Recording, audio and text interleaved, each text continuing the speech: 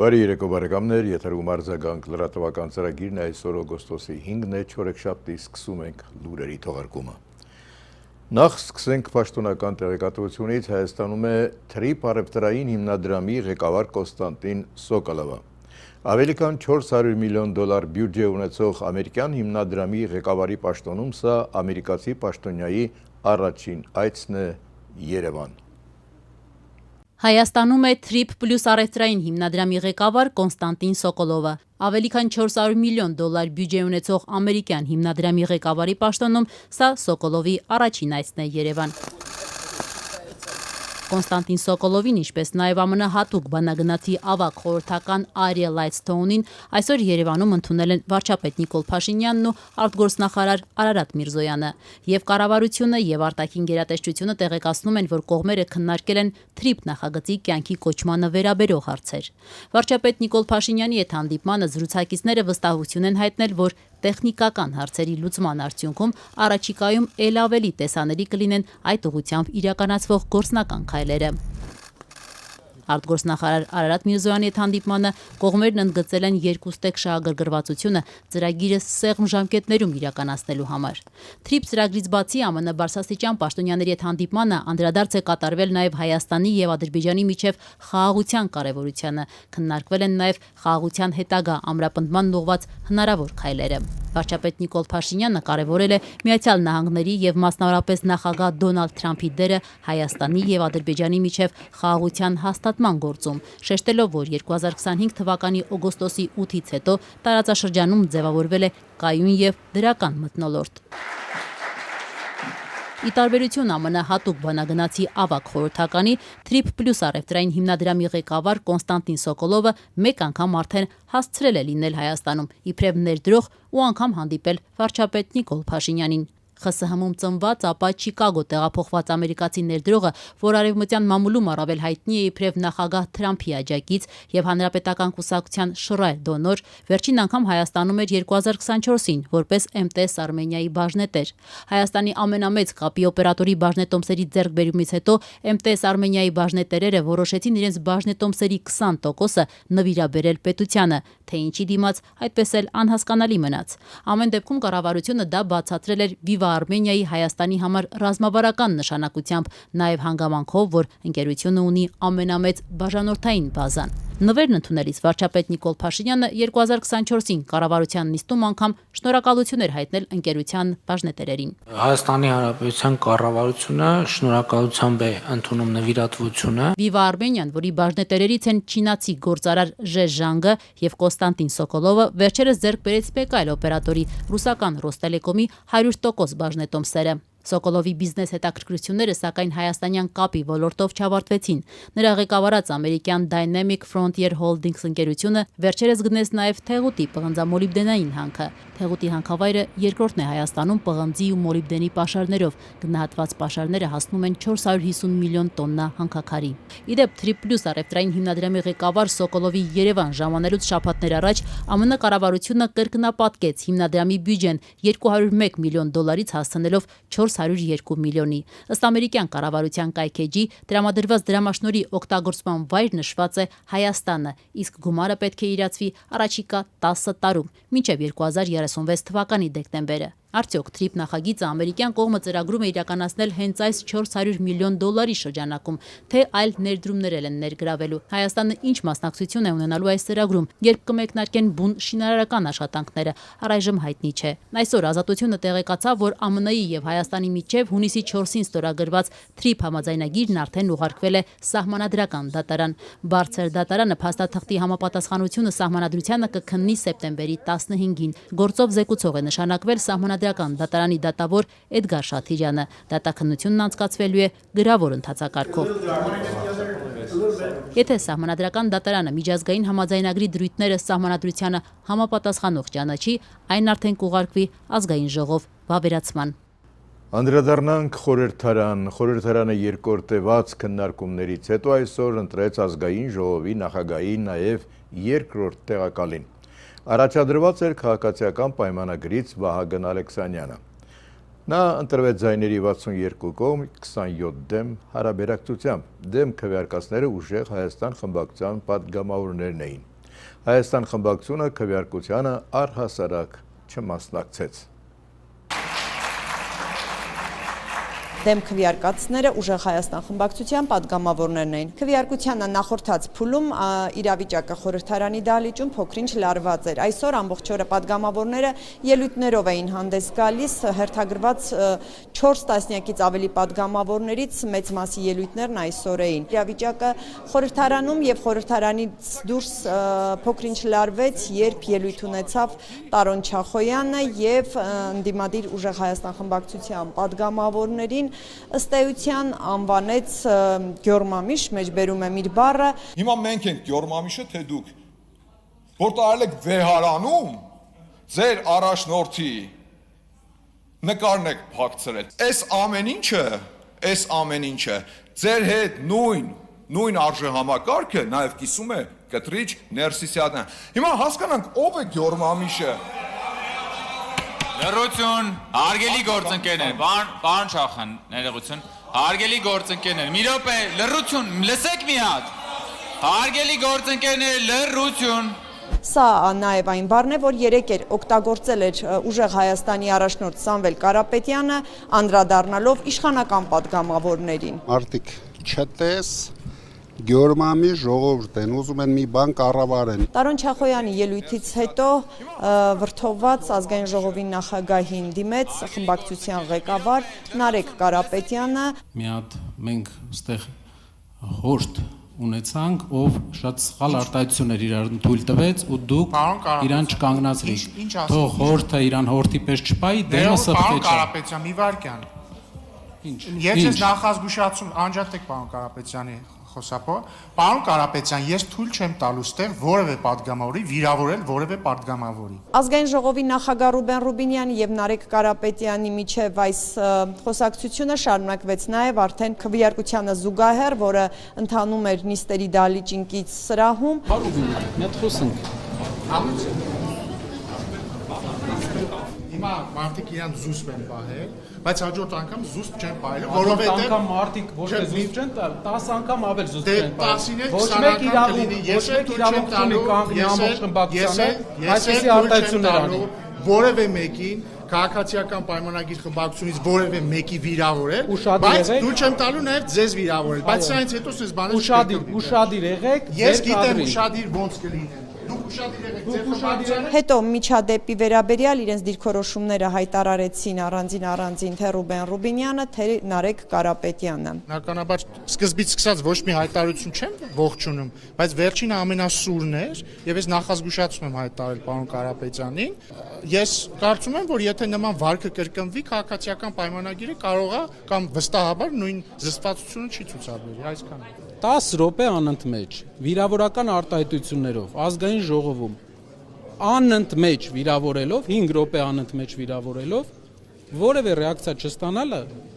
ունի իր հետևանքը։ Արդեն ազգային ժողովի դահլիճում ազգային ժողովի նախագահը դիմեց կրկին падգամավորներին, առաջարկեց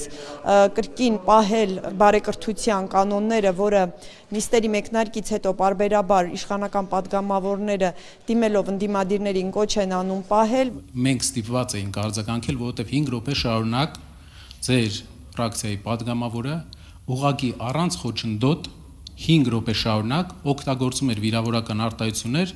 եւ մեր նախագահողը ձեր բացակայությամբ ոչ մի ձև չէր զսպում։ Այս ձևաչափով մեր հետ շփվելը դա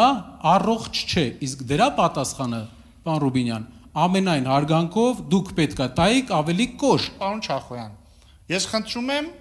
խոսել մեր սահմանված կանոնների շրջանակներում։ Ես հասկանում եմ, որ ձեզ վիրավորել են։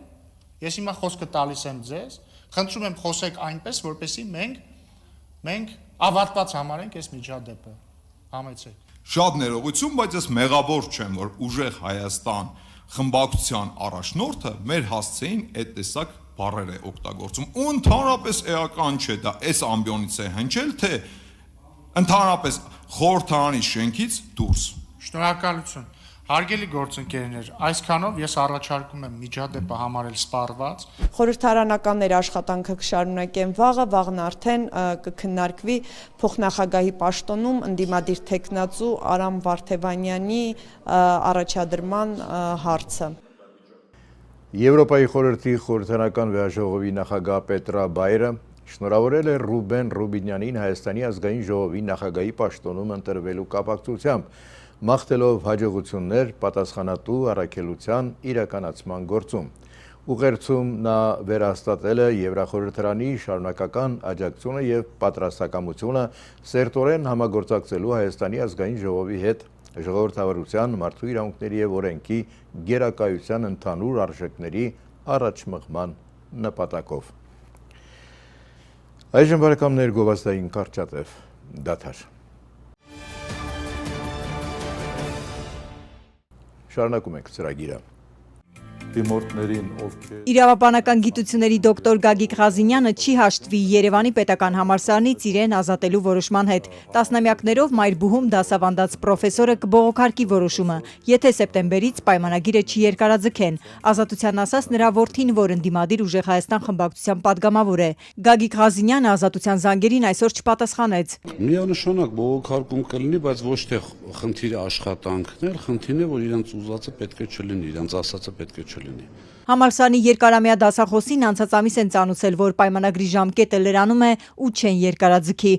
Եվ առանց որևէ պատճառաբանության, որ սեպտեմբերի 1-ից ձեր պայմանագիրը չի երկարացվելու։ Որևէ հիմնավորում չեն ներկայացրել, ոչ մի պատճառաբանություն չկա, վստահեցնում է Դավիթ Ղազինյանը։ Սամվել Կարապետյանի թիմին միացած ընդդիմադիր падգամավորը սա իր քաղաքական գործունեության հետ է կապում։ Պնդում է 1 տարի առաջ, երբ ինքը դեռ չէր մտել քաղաքականություն, հորը Մայրբուհում պատվավոր պրոֆեսորի կոչման էին արժանացրել։ Իմ կարծիքով դա մեկ մարդու որոշում է, իր կարծիքով էլ ինձ ինչ-որ ձևով ճնշելու։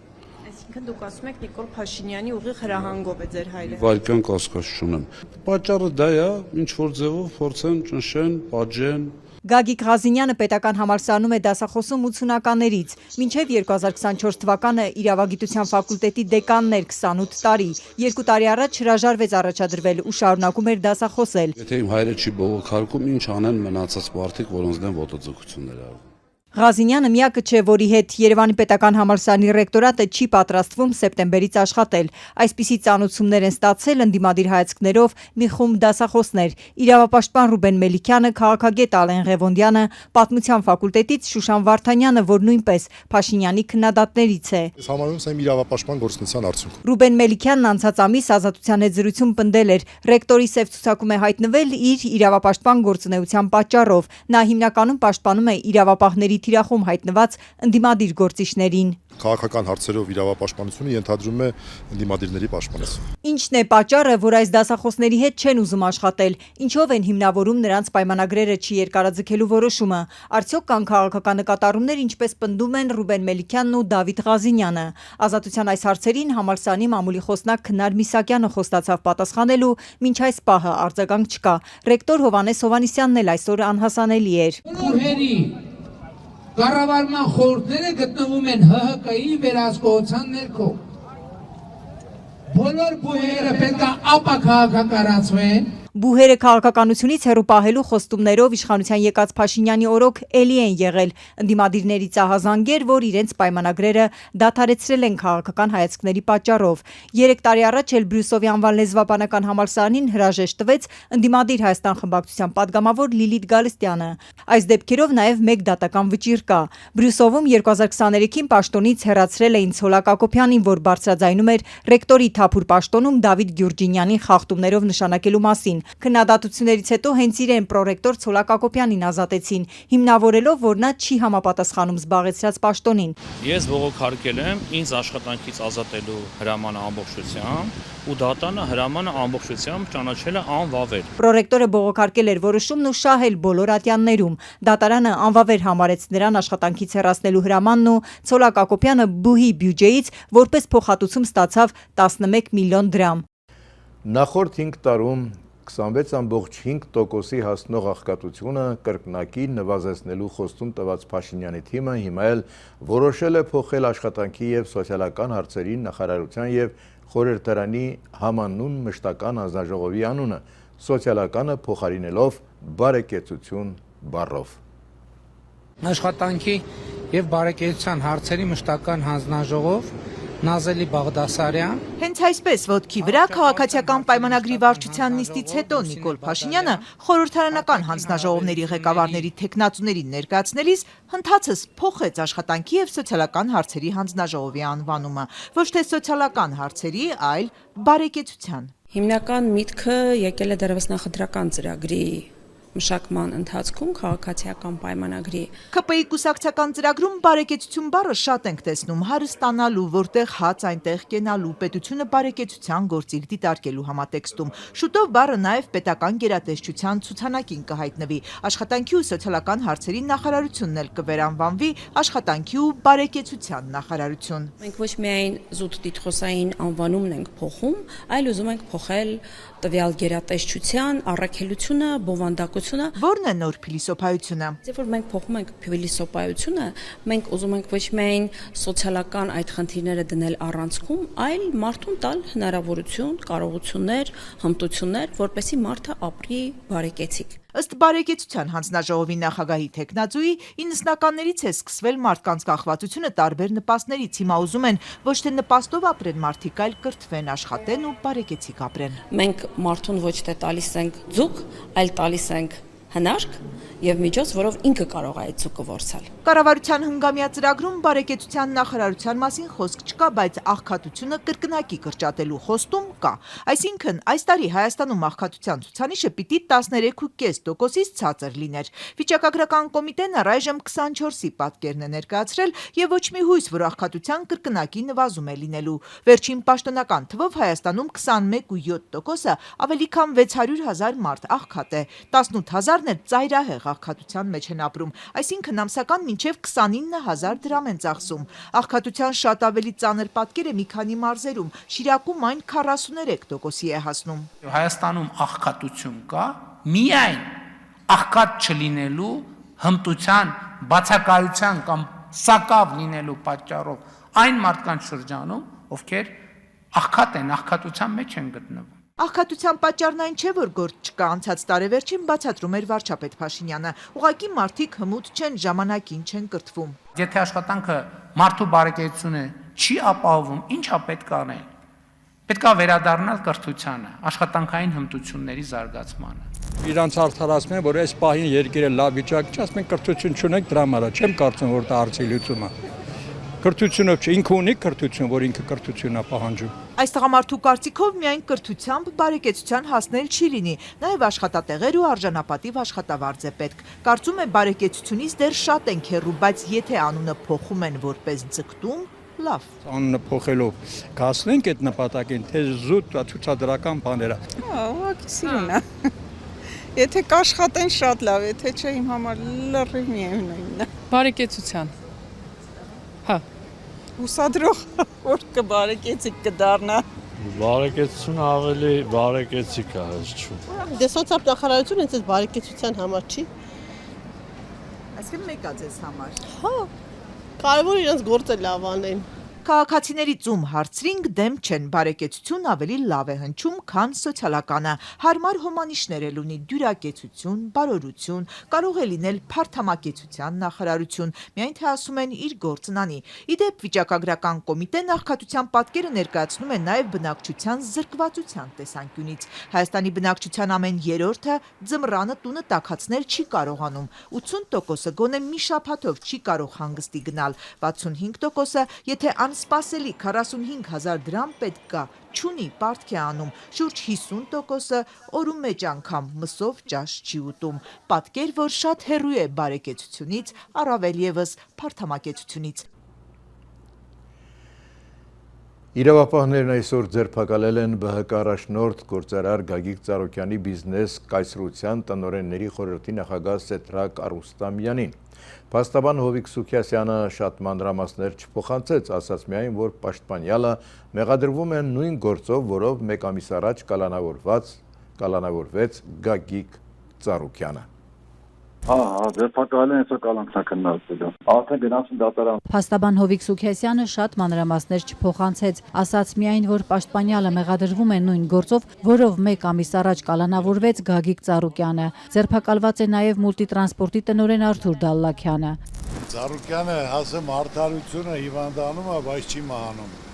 Այս բան գոյություն չունի։ Իրավապահները Բարգավաճ Հայաստան կուսակցության առաջնորդին մեղադրում են իրանցի գործարարներից մոտ 22 միլիոն դոլարի գույք ու դրամական միջոցներ հափշտակելու եւ փողերի լվացման համար։ Այսօրվա հաղորդագրությունում քննչական կոմիտեն պնդում է, որ Մուլտիգրուպ կոնցեռնի նախկին գլխավոր տնօրեն, տնօրենների խորհրդի նախագահ Սեթրակ Արուստամյանն ու Արթուր Դալլաքյանը օժանդակել են Ծառուկյանին։ Իդեպ ամիսներ առաջ դատարանն Արուստամյանին մեղավոր էր ճանաչել 2017 թվականի խորհրդարանական ընտրությունների ժամանակ ընտրակաշառք բաժանելու գործով, արդարացրել Գագիկ Ծառուկյանին, որն իրավապահների ուշադրության կենտրոնում հայտնվեց այս խորհրդարանական ընտրություններից հետո։ Գլուխներդ պատին կտակ, չոքցրած բոլորիդ բերել եք պատասխանատվության։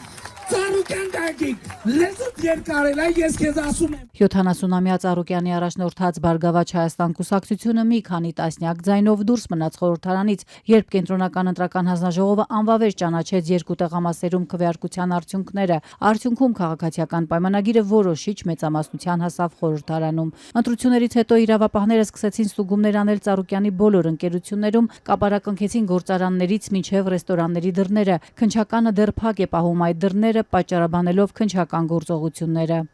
Ինչ ուզում անում են, ինչ կա, այստեղ ոչինչ բան չկա օրինական։ Իմ սպան գործում առանց բիզնեսի է։ Դուք չեք պատկերացնում, որ այստեղ բիզնեսը առանձնացրել են ՍՊ-ից։ Բիզնեսը վերցրել են, իրանց համար ՍՊ են բացել, իրանք աշխատացնում են։ Կառավարությունն արդեն տնօրինում է Ծառուկյանի Արարատ ցեմենտն ու Արարատ կոնյակի գինու օղու կոմբինատը, կառավարիչներ է նշանակել։ Երևանի քաղաքապետն էլ հունիսին միակողմանի դադարեցրել է մուլտիվելնեսի հողի վարձակալության պայմանագիրը, անունը փոխել Երևան Վելնես։ Սիրելի երևանցիներ, այսօրվանից արդեն իսկ վերաբացվել է նախկին Multi Wellness առողջարանային համալիրը։ Ավելին, քաղաքապետ Տիգրան Ավինյանը Ծառուկյանից վերցրել է ոչ միայն հողը, այլև դրա վրա կառուցված շինությունն ու ներսի գույքը։ Այժմ Ծառուկյանը փորձում է դատական ճանապարհով վերադարձնել սպորտային համալիրի գույքը։ Սա առաջին դատական հայցն է, որով մեծահարուստ գործարարը վիճարկում է պետության գործողությունները ընտրություններից հետո։ Multi Wellness-ի տնօրեն Արման Փիրոյանն այսօր չցանկացավ փակագծերը բացել, ասաց միայն, որ դատարան են դիմել։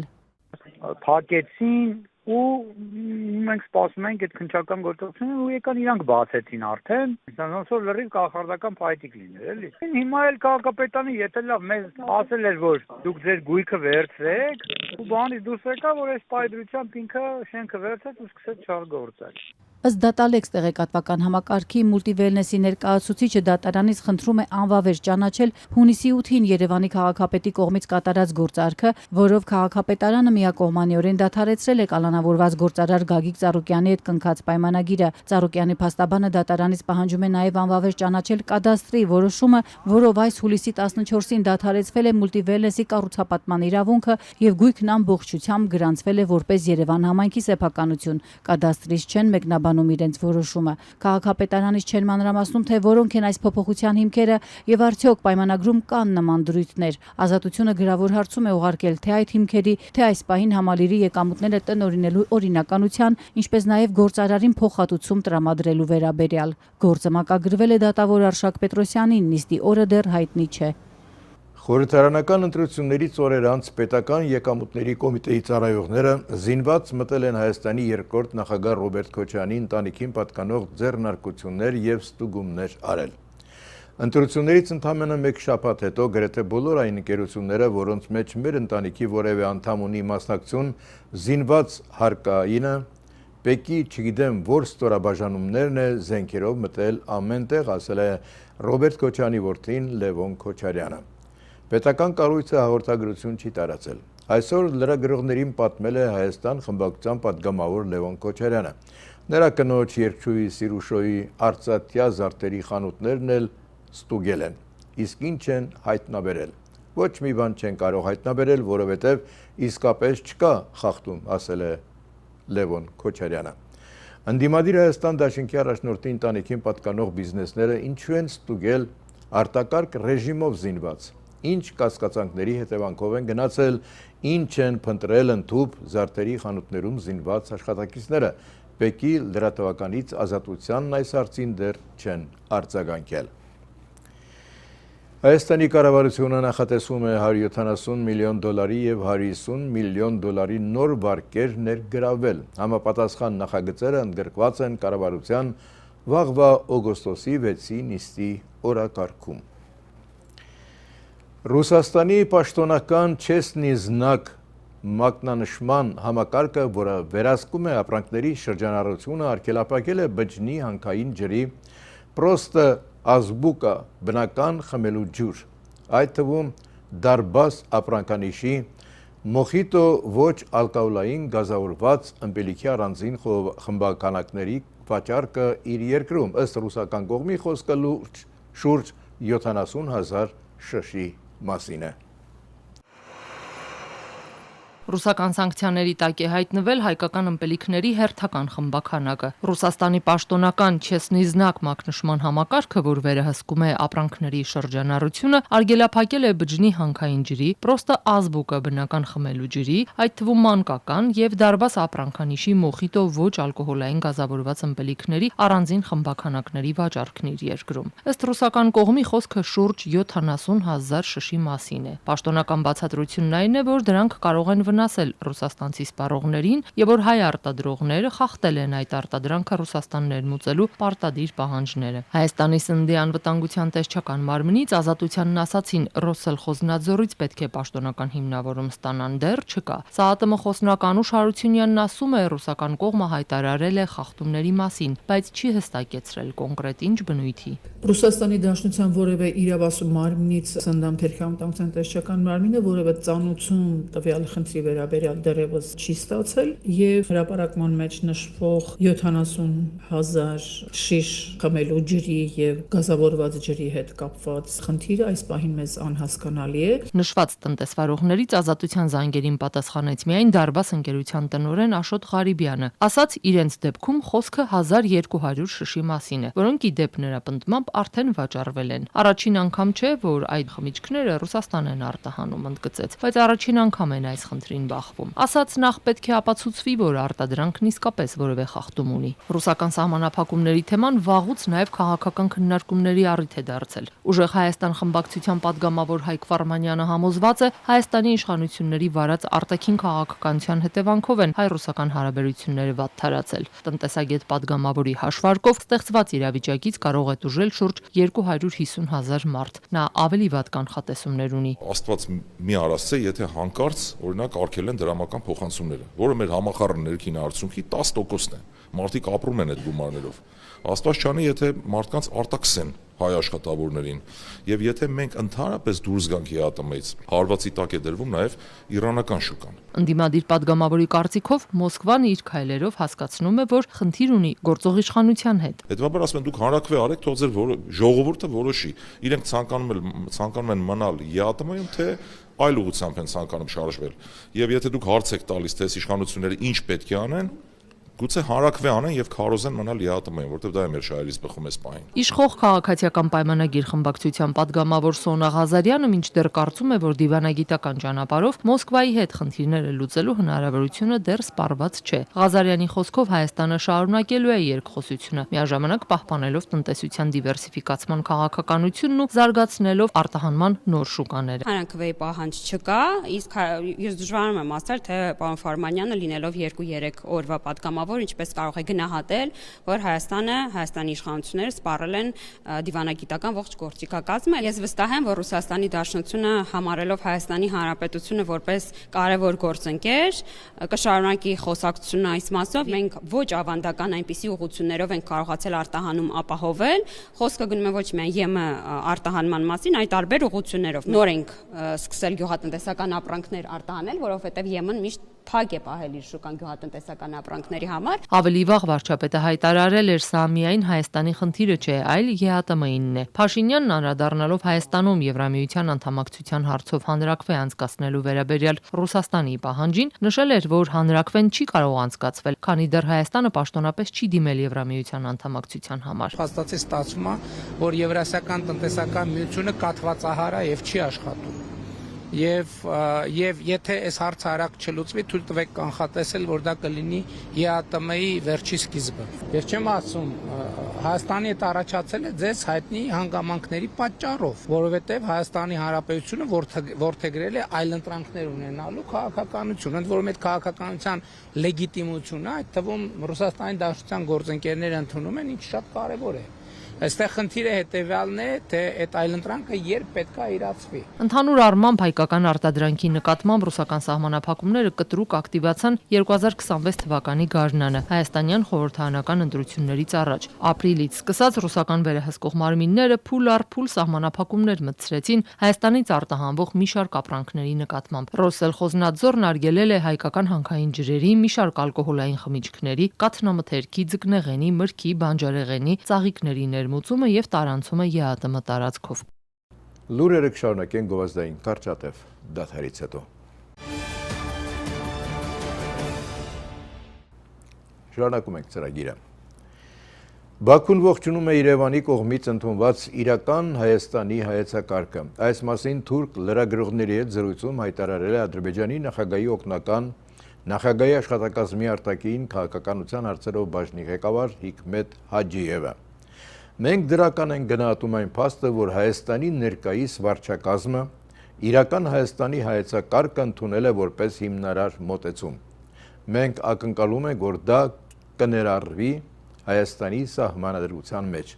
Մենք մտադիր չենք միջամտել Հայաստանի ներքին գործերին։ Նրանք հայտարարել են, որ ընդունեն նոր սահմանադրություն, ասել է Հաջիևը, հերթական անգամ պնդելով, որ Հայաստանի նոր սահմանադրության ընդունումից հետո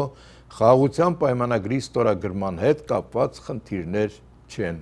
լինի։ Ֆրանսիայի նախագահ Էմանուել Մակրոնը դատապարտել է ռուսական բանակի վերջին հարվածները Կիևի և հարակից շրջանների վրա, հայտարարելով, որ Եվրամիությունը և նրա գործընկերները կուժեղացնեն ճնշումը Ռուսաստանի նկատմամբ։